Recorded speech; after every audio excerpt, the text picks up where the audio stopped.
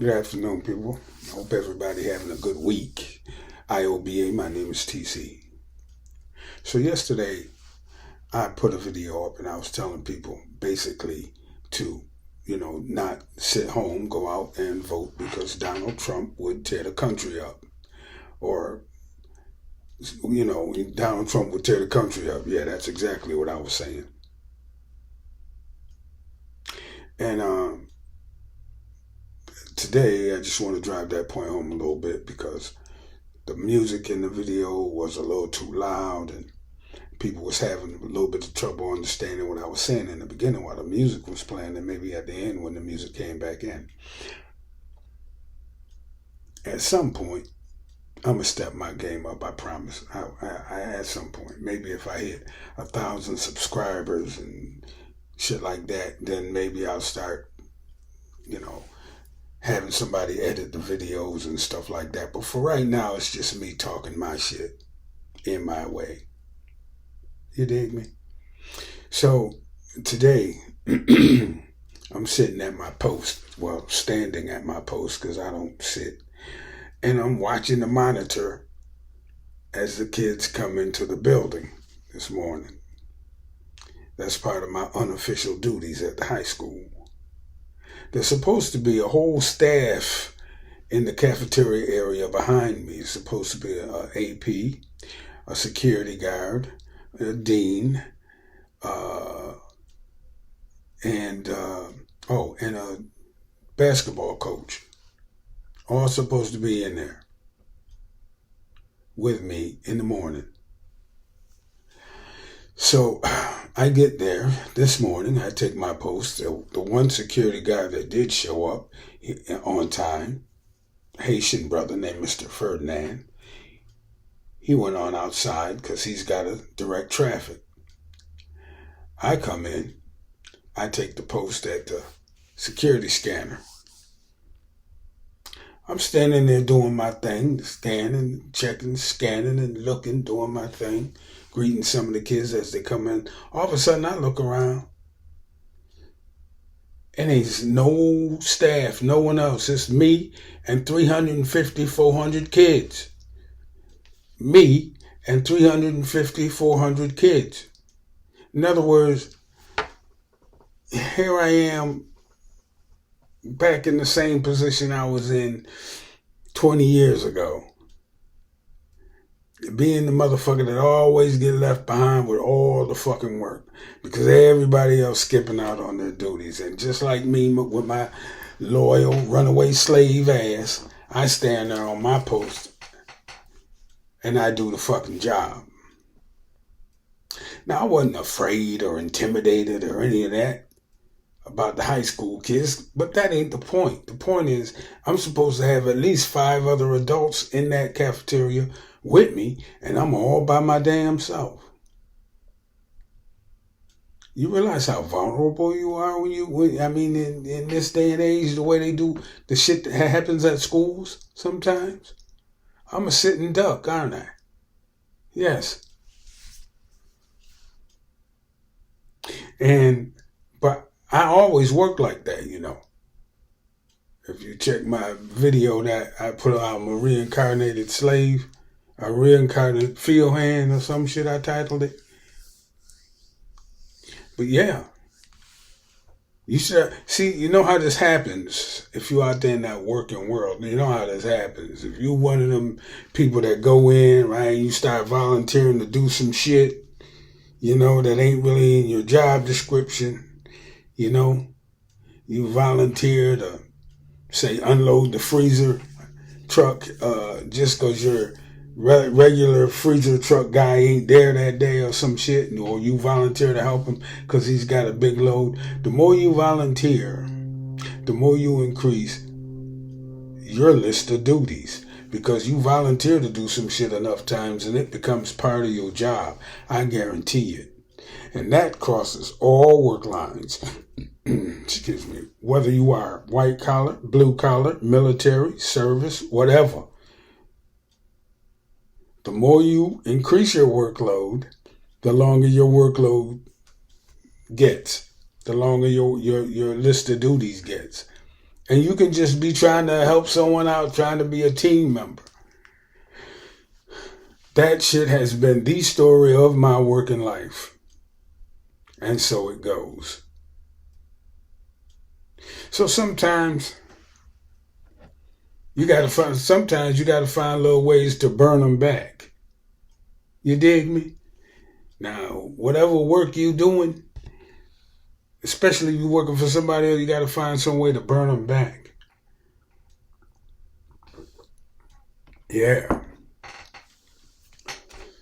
I don't know how, what your work is and everything, but sometimes when you're the hardest worker, you put in the longest hours, you there when no one else wants to be there, you ready to do the heavy lifting.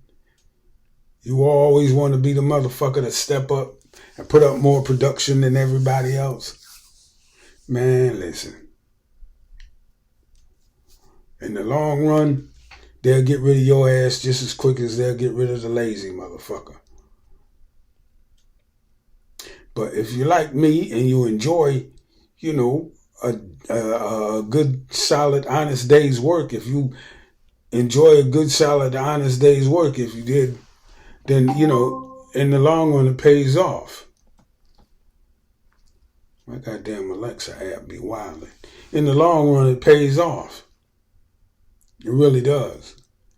But just know, just because you putting in more work than everybody else, and the company is making money off of your sales and your accounts and you're this and you're that, that doesn't mean they value you more than they need to.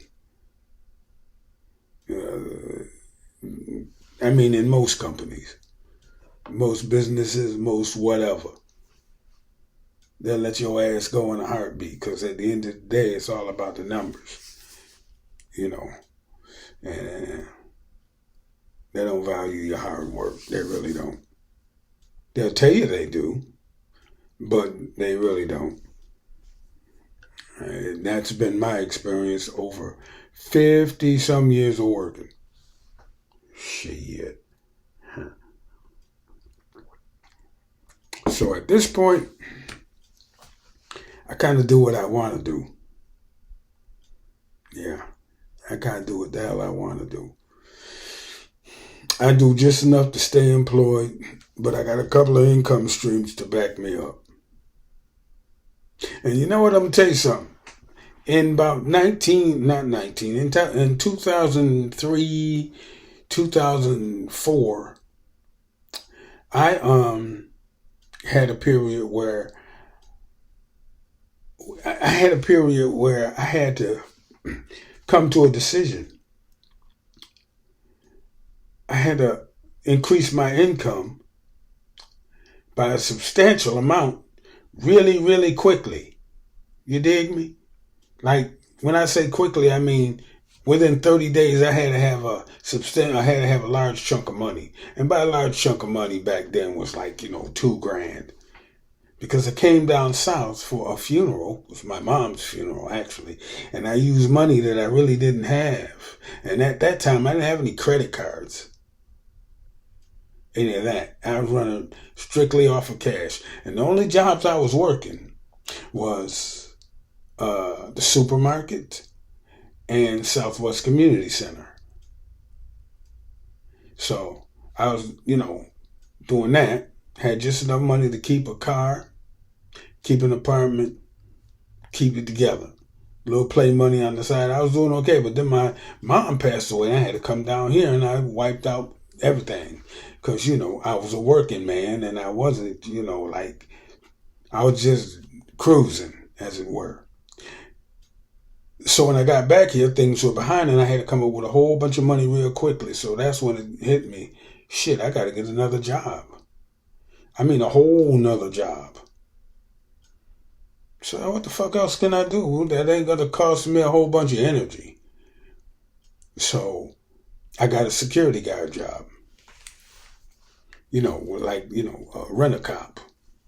So I was going to do that. And for some reason or other, I didn't go to the rent-a-cop job. I think I picked up 2 more drill team gigs, and that solidified it. Yes, I did. Boys and Girls Club. I picked up Boys and Girls Club instead. So I had Boys and Girls Club, Southwest Community Center, and Price Chopper. And those were the 3 jobs I had that got me over that hurdle, but it did help. But I did have to pick up, another job, another income stream. But it was a low point. You know what I mean? What else happened? Something else happened. And I got a chunk of money from a friend of mine. I'm keeping it a buck. A girlfriend of mine gave me some money out of nowhere. I'll tell y'all that story later. But yeah, gave me $800. Set it on the dresser like I was a hoe.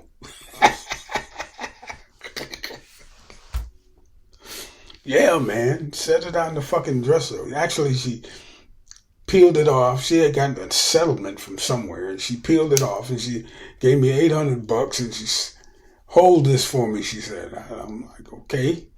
She rolled it up, put it in the cup, and set it on the dresser, and that shit sat there for a few months. Actually, honest to God, it did. Niggas won't believe me, but it did. Sat there a few months. While I was struggling, while I was picking up that extra gig, because I wasn't going to fuck with that money. But she wouldn't. I talked to my friend, my boy. He said, yo, man, she gave it to you, you stupid motherfucker. So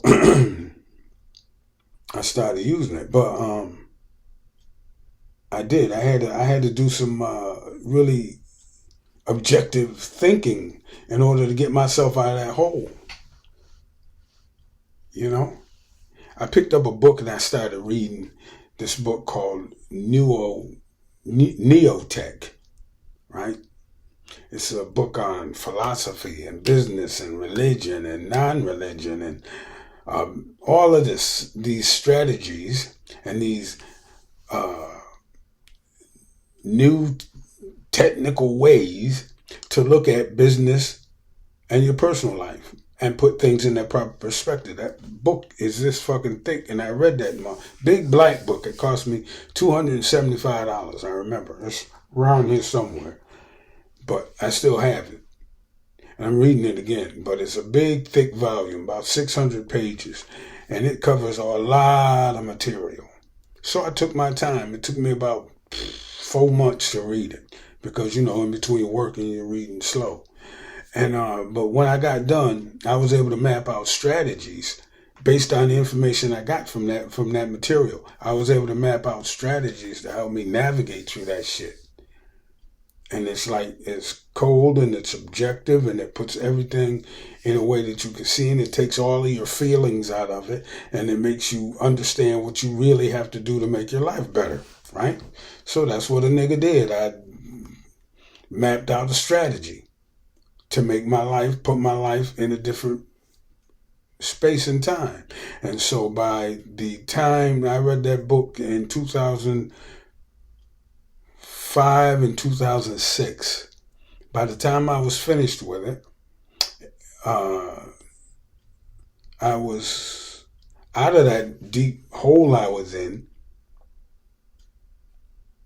I was still, struggling a little bit, but I was out of that deep hole I was in. I was able to save a little money from time to time. I had moved over to Robert Drive, and I was able to save a little money from time to time. But I'd have probably been further along had I not stopped.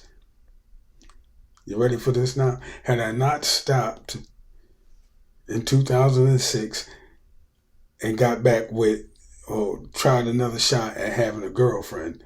See, there's that girlfriend thing again with Denise that, crashed and burned. I shouldn't have never done that. That's another thing that slowed me down. As a matter of fact, I'm going to do a whole video on shit niggas do that slow them down and impede their progress in life. And it's usually the wrong type of woman. But anyway, once I did that and I got myself squared and started at the bottom again on Robert Drive, was I able to put the principles that I read about in that book into action, and I was able to figure out what I needed. By the time it took me about 3 years. It took me about 3 years of hard work, but then I got Lauren, and I never looked back.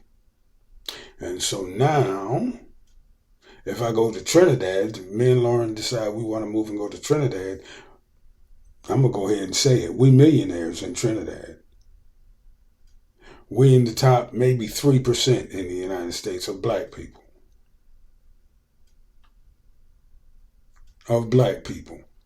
Income-wise.